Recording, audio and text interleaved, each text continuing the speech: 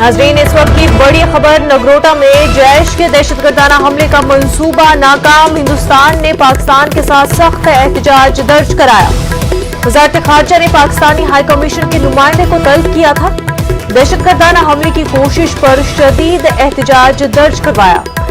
हिंदुस्तानी security forces की चौकसी के नतीजे में हमला न कर सके दहशतगर्द। जैश की तरफ से दहशतगर्दाना हमलों पर इजहार तशवीश किया गया। पहले भी जैश हिंदुस्तान में हमलों में शामिल रही।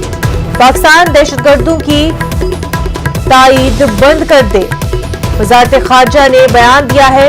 वज़ारत खारजा का कहना है कि पाकिस्तान दहशतगर्दों की ताईद बंद कर दे।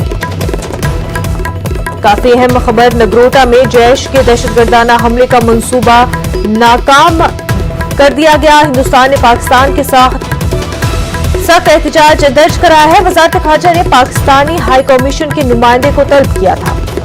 दहशतगर्दाना हमले की कोशिश पर शदीद एहतजाज दर्ज कराया गया है। हिंदुस्तानी सिक्योरिटी फोर्सेस की चौकसी के नतीजे में हमला नहीं कर सके दहशतगर्द।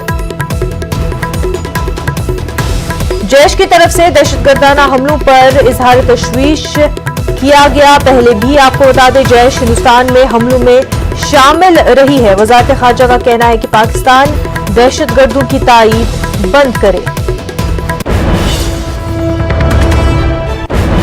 एक और बड़ी खबर इस वक्त की आपको बता दें, मशहूर कॉमेडियन भारती सिंह के घर पर एनसीबी का छापा खत्म हो चुका है। भारती सिंह और हर्ष के घर एनसीबी का छापा खत्म हो चुका है। भारती और हर्ष को एनसीबी पूछताछ के लिए लेकर गई है।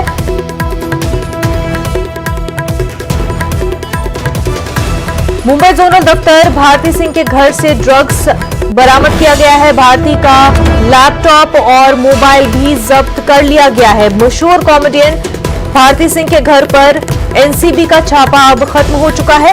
भारती सिंह और हर्ष के घर एनसीबी का छापा पड़ा, वो खत्म हो चुका है। भारती और हर्ष को एनसीबी मुंबई जोनल दफ्तर ले चुकी है।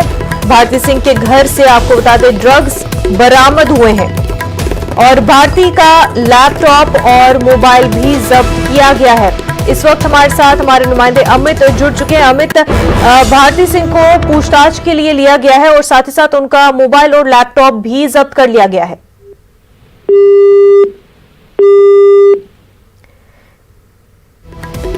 हमारे नुमाइंदे अमित से हमारा राब्ता मुनक़ता हो गया है। आपको बता दें कि भारती सिंह मशहूर कॉमेडियन, उनके घर से ड्रग्स बरामद हुए हैं और एनसीबी का छापा भारती सिंह के घर पर पड़ा था और अब वो छापा खत्म हो चुका है। भारती सिंह और हर्ष, इन दोनों को ही मुंबई जोनल दफ्तर लिया गया है और साथ ही साथ भारती का लैपटॉप और मोबाइल भी जब्त किया गया है। अमित हमारे साथ जुड़ चुके हैं। अमित, भारती सिंह और हर्ष दोनों को ही मुंबई जोनल दफ्तर लिया गया है। पूछताछ इसी पूरे मामले पर दोनों से की जा रही है।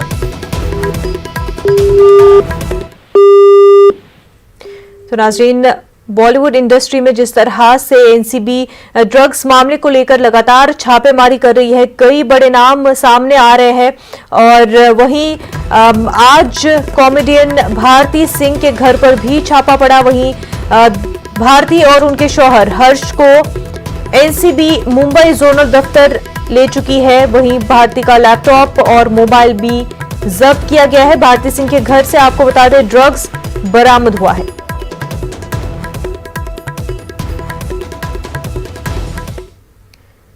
तो लगातार ड्रग्स मामले में बॉलीवुड इंडस्ट्री के बड़े नाम सामने आ रहे हैं, छापेमारी हो रही है। अमित, ये बताया कि भारती सिंह को और उनके शौहर को दोनों को मुंबई जोनल दफ्तर लिया जा चुका है। देखिए, सूत्र हमारे ये बता रहे हैं कि दोनों को हिरासत में लेकर पूछताछ के लिए ले जाया गया है कि आमने सामने बिठाकर पूछताछ किया है। क्योंकि जिस तरह हमने बताया सुबह से ही कि देर रात जो एक बड़े ड्रग पेडलर को अरेस्ट किया गया था, उसकी निशानदेही पर जो है मुंबई की 3 जगह यानी अंधेरी, लोखंडवाला और वर्सोवा पर रेड हो रही थी और अंधेरी में भारती सिंह और उनके घर से जो है ड्रग्स बरामद हुई और इतनी मात्रा में बरामद हुई कि इसे कंज्यूम किया जा सके।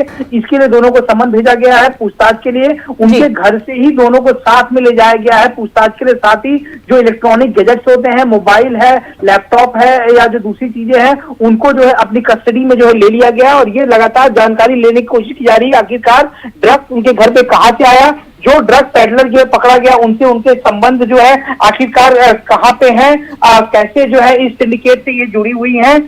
लेकिन सबसे बड़ी बात यह है कि दोनों को हिरासत में लिया गया है पूछताछ करने के लिए। तो कहीं ना कहीं जिस तरह से बॉलीवुड में जो है ड्रग्स का जाल बिछा हुआ है उसको लेकर एनसीबी लगातार कार्रवाई कर रही। इसके पहले हमने देखा कि अर्जुन रामपाल, उनकी गर्लफ्रेंड के भाई पे जो है एनसीबी का शिकंजा जो है वो कसा था। उसके पहले डायरेक्टर फिरोज नाडियाडवाला, उनकी पत्नी पे जो है शिकंजा कसा, उनकी पत्नी को गिरफ्तार भी किया गया था। तो लगातार एक के बाद एक करके जिस तरह से ड्रग्स का जाल फैला हुआ बॉलीवुड में, तो उसकी तह तक जो है पूरी तरीके से जाने के लिए एनसीबी लगातार कार्रवाई कर रही है। और अब नया नाम जुड़ गया भारती सिंह और उनके पति हर्ष का। तो निश्चित तौर पर कह सकते हैं कि कॉमेडियन भारती सिंह की मुश्किलें जो है बिल्कुल बढ़ती हुई नजर आ रही हैं। बिल्कुल। और अमित, जिस ड्रग पेडलर की वजह से भारती सिंह का नाम सामने आया है, क्या उसका लिंक कोई और सेलिब्रिटी से भी जोड़ा जा रहा है?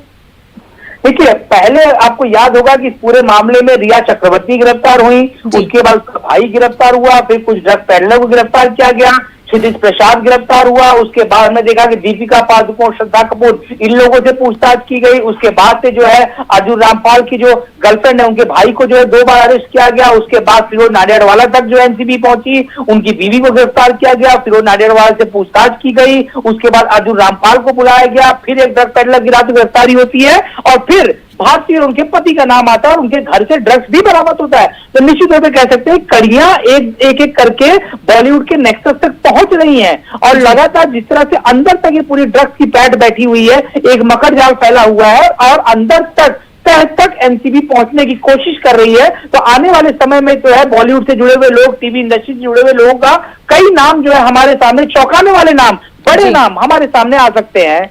बिल्कुल अमित, बेहद शुक्रिया आपका। आगे बढ़ते हैं। कोरोना के बढ़ते खतरे को देखते हुए राजस्थान हुकूमत ने बड़ा फैसला किया है। राजस्थान के सभी अजला में दफा 144 नाफिज कर दी गई है। जराये के मुताबिक 19 जनवरी तक रियासत में दफा 144 का निफाज रहेगा। स्कूल, कॉलेज और दीगर आम मकामात पर इसका निफाज किया गया है। शादी ब्याह की तकरीब में सिर्फ 100 लोगों की इजाजत होगी, जबकि आखिरी रसूमात में सिर्फ 20 अफराद शिरकत कर सकते हैं। अहमदाबाद में कोरोना के बढ़ते मामलात को देखते हुए बीती शब से 57 घंटे का कर्फ्यू लगा दिया गया है। आज कर्फ्यू का पहला दिन है। कर्फ्यू के दौरान दूध और दवा की दुकानें खुली रहेंगी। आपको बता दें, कल ही कर्फ्यू का ऐलान कर दिया गया था। अभी तो ये जो आज कर्फ्यू लगाया वो सही बात है, अभी जरूरी है कारण अभी केस बहुत बढ़ गया है, इसलिए अभी ज़रूरी था। तो दिवाली का मौज और त्यौहार था, इसलिए ज़्यादा केस बढ़ गया है, इसके हिसाब से वो सही था। आज का 2 दिन को कर्फ्यू है, बराबर है। और आप किस प्रकार से प्रिकॉशन लेते हो और आप क्या दूसरे लोगों को एडवाइस देना चाहोगे? तो वही बोलता हूँ कि बिना काम के सिवा घर बाहर निकलना का नहीं है और बाहर जाना ही नहीं, कुछ काम नहीं है तो बाहर निकलने की ज़रूरत भी नहीं है। अभी तो ये टाइम अभी क्या है, घर पे रहने का ही वो अच्छा है अभी। पब्लिक के लिए सही है मैम, पब्लिक के लिए उनकी ज़िंदगी बचाने के लिए सही है। उसमें मैम पब्लिक की गलती थी ना, जो अपनी सुरक्षा खुद नहीं समझ पाएगा उसको गवर्नमेंट क्या समझाएगी। उसको जो काम करना था वो तो कर रही थी, पर पब्लिक नहीं समझ रही थी ना। उसको बचना चाहिए था भीड़ भाड़ एरिया से, लेकिन वो नहीं बच रही थी। कि अपने मास्क और हाथ जो है बार बार धुलते रहते हैं और मास्क हमेशा लगा रहता है। यही है, जो बाकी जो ज़िंदगी का रोज़मर्रा है वो तो काम करना ही पड़ेगा। नहीं, तकलीफ तो कोई नहीं है, ये अच्छा ही है क्योंकि इसके कारण थोड़ा केस भी कम हो सकते हैं, ये अच्छा है इसके लिए। हाँ, अभी लॉकडाउन जो है किया है 2 दिन के लिए, वो ठीक है क्योंकि उसके भीड़ भाड़ के कारण बहुत केसेस बढ़ रहे थे। उसके कारण वैसे भी अपने ज़्यादा दिन लॉकडाउन रखे, इसके अलावा अच्छा है कि 3 दिन में ये क्लियर हो सकता है, तो ठीक है। और बीच बीच में 2-4 घंटे की छूट दे तो क्या अपने जो भी जीवन जरूरियात वस्तु है सब ले सकते हैं, बस ऐसा रखे तो ठीक है। दिल्ली में कोरोना का कहर जारी है। रोजाना कोरोना के नए मामलों में इजाफा दर्ज किया जा रहा है। पिछले 24 घंटों में 6,608 नए मामलों की तस्दीक हुई है, जबकि कोरोना की वजह से एक दिन में 118 अफराद हलाक हो चुके हैं। जबकि मुतासिरीन की मजमूई तादाद 5,17,000 से जायद हो चुकी है। वहीं कोरोना की वजह से अब तक 8,159 अफराद लुक़्मे अजल बन चुके हैं। दूसरी तरफ अब तक 4,68,143 अफराद कोरोना से सेहतियाब हो चुके हैं।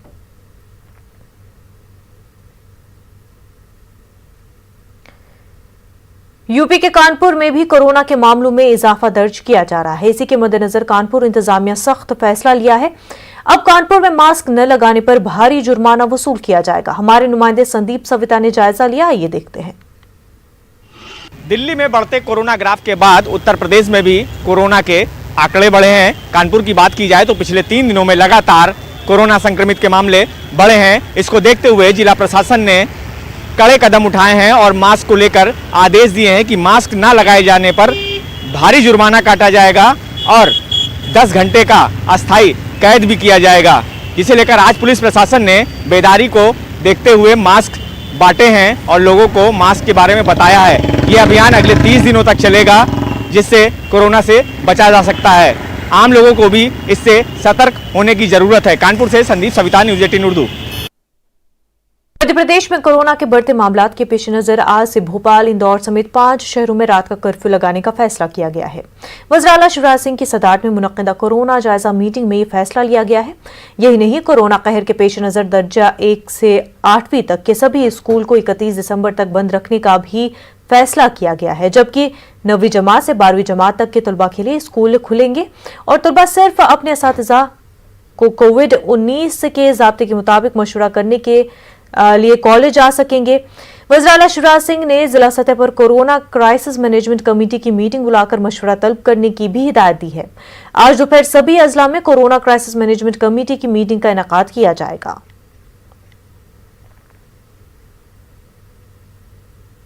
5 जिलों में पिछले सप्ताह से तेजी से पॉजिटिव केस बढ़े हैं। भोपाल,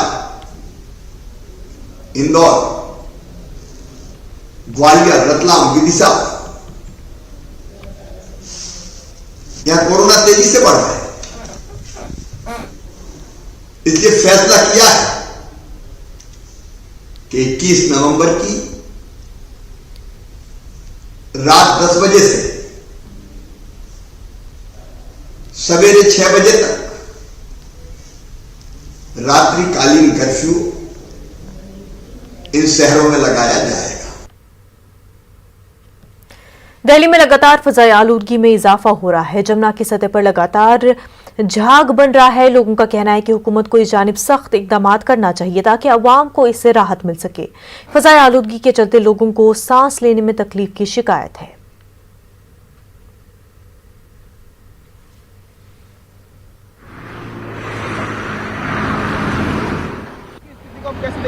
मैं गाजियाबाद से आया हूँ। गाजियाबाद से जैसे पोल्यूशन के बाद यहाँ पे सीधा एंट्री करा, मैंने आते ही देखा काफ़ी ज़्यादा पोल्यूशन है, धुंध है, दिखाई नहीं दे रहा। ये देखो पूरा इधर गंदगी है। जब भी हम आते जाते हैं तो एक बार हम यमुना नदी को देखते हैं। यमुना नदी को देखो कितना गंद है, डस्टिंग है। मेरी वाइफ भी है, इन्होंने भी देखा है कि काफ़ी ज़्यादा डस्टिंग है। कि पुरानी मान्यता होती है, कई बार होता है गंगा जी में सिक्के देना या सिक्के डालना, कुछ तरह की मान्यता होती है। उस तरह गंदगी देख के, पोल्यूशन देख के काफ़ी ज़्यादा मतलब दिल को लग रहा है क्या है ये, मतलब काफ़ी ज़्यादा गंदी और डस्ट फील हो रहा है ये। अब ये प्रदूषण के कारण बहुत ही ज़्यादा हो रहा है ये। तो ये थोड़ा सा देखना चाहिए सरकार को भी कि कितना प्रदूषण हो रहा है, कितना गंदगा है। अब कल को हम इसमें कोरोना के, चलो ठीक है सरकार ने अच्छा करा कि नहीं दिया, अगर कल को ये कोरोना नहीं होता तो इसी में छठ पूजा करते हैं बिहारी भाइयों से। तो यही हमारी अपील है कि थोड़ा सा मतलब अच्छा है और सरकार को थोड़ा देखो कि ये गंगा नदी में क्या हो रहा है ये, और ये यमुना जी देखना कितना है, ये सारा सफ़ेद दाग पड़ रहा है, झाग के मारे हो रहा है ये, प्रदूषण हो रहा है ये। यहाँ से हम सीधा आए हैं, सीधा धुंधला है, वहां तक देखो कुछ धुंधला, कुछ नहीं दिखाई दे रहा। ये इतना ठंड नहीं है, ये ओस के कारण पड़ रहा है, ये ओस की वजह से दिख रहा है, इतना पोल्यूशन की वजह से। तो काफी ज्यादा दिक्कत भी आ रही है व्हीकल चलाने में।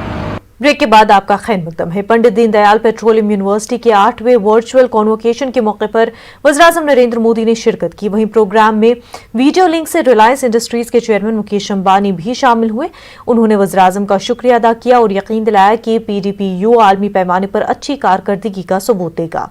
मुकेश अंबानी ने यूनिवर्सिटी की मज़ीद तरक्की के लिए इक़दाम का ऐलान किया। आपको बता दें कि PDPU में एक सेंटर और बिजली प्लांट का वज़ीर-ए-आज़म ने इफ्तिताह किया।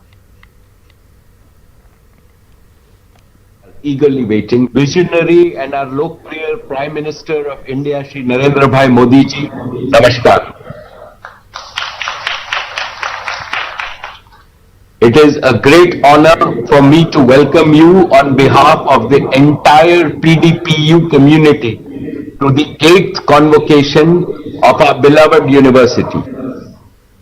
PDPU is a child of your vision to make India Atmanirbhar in energy education and research.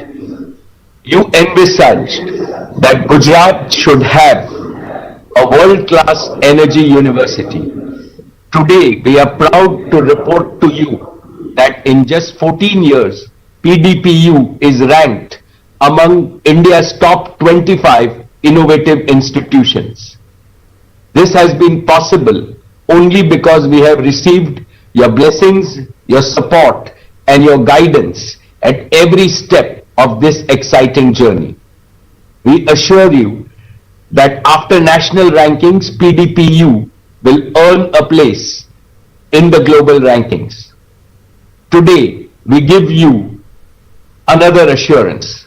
PDPU is ever ready to be at the service of the nation at a time when your energetic and visionary leadership is steering a new India to become a global superpower. Pandit Deendayal petroleum university के 8वें virtual convocation के मौके पर वज़ीर-ए-आज़म नरेंद्र मोदी ने खिताब करते हुए कहा कि पीडीपीयू मुल्क ही नहीं बल्कि आलमी पैमाने पर नाम रोशन कर रहा है। वज़ीर-ए-आज़म ने कहा कि इस प्रोग्राम में उनकी शिरकत बतौर मेहमान नहीं बल्कि खानदान के एक फर्द के तौर पर हुई है। गुजरात के मुख्यमंत्री Shri Vijay Rupani ji, Pandit Deendayal Upadhyay petroleum university board of governance के chairman Shri Mukesh Ambani ji, standing committee के chairman Shriman D Rajagopalan ji, director general professor S Sundar Manoharan ji, faculty members, parents और मेरे सभी युवा साथियों, पंडित दीनदयाल उपाध्याय पेट्रोलियम यूनिवर्सिटी के 8वें कॉन्वोकेशन के अवसर पर आप सभी को बहुत बहुत बधाई। मैं बहुत शुरुआत काल से इस यूनिवर्सिटी के प्रोजेक्ट से जुड़ा रहा हूं और इसलिए मुझे ये देखकर बहुत खुशी होती है कि आज पीडीपीयू देश ही नहीं बल्कि विश्व में भी अपनी एक जगह बना रहा है, अपनी एक पहचान दर्ज करा रहा है। मैं आज यहां चीफ गेस्ट के तौर पर नहीं, और कभी मुझे जब गुजरात में गेस्ट शब्द आता है तो थोड़ा अटपटा लगता है, और इसलिए मैं चीफ गेस्ट के तौर पर नहीं बल्कि आपके इस महान संकल्प का जो परिवार है उस परिवार के एक सदस्य के तौर पर आपके बीच आया हूं। उम्र छोटी काम बड़े, कहते हैं कि एक जीनियस की झलक उसके बचपन में ही मिल जाती है। वो किसी भी फील्ड में जीनियस बन सकता है, खेल में, पढ़ाई में, आर्ट में या किसी और मैदान में। वो शायद आपके आसपास या फिर दूर परे हो। अगर आप जानते हैं किसी ऐसे इंडियन को जो यंग जीनियस हो और जिसे दुनिया के सामने आना चाहिए, तो आज ही रजिस्टर कीजिए news18.com/younggenius या बायजूस ऐप डाउनलोड करें और यंग जीनियस सेक्शन विजिट करें। नाज़रीन, एक छोटा सा ब्रेक लेते हैं। इसके बाद अरविंद केजरीवाल ने ऐलान किया था कि मास्क न लगाने पर अब 500 के बजाय 2000 का जुर्माना आयद किया जाएगा। इस पर सियासत भी जारी है, अवाम का रद्द-ए-अमल भी सामने आया है। लोगों का कहना है कि इसमें भी गरीब अवाम ही फंसेगा। बहरहाल इसका असर दिख रहा है। दिल्ली की सड़कों पर ज्यादातर लोग मास्क लगाकर घूमते नजर आ रहे हैं।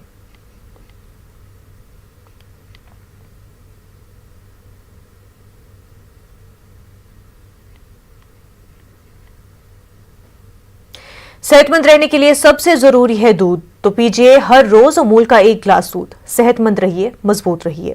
बुलेटिन में फिलहाल इतना ही। मजीद खबरों के लिए आप लॉग इन कर सकते हैं हमारी वेबसाइट news18urdu.com पर। आदाब।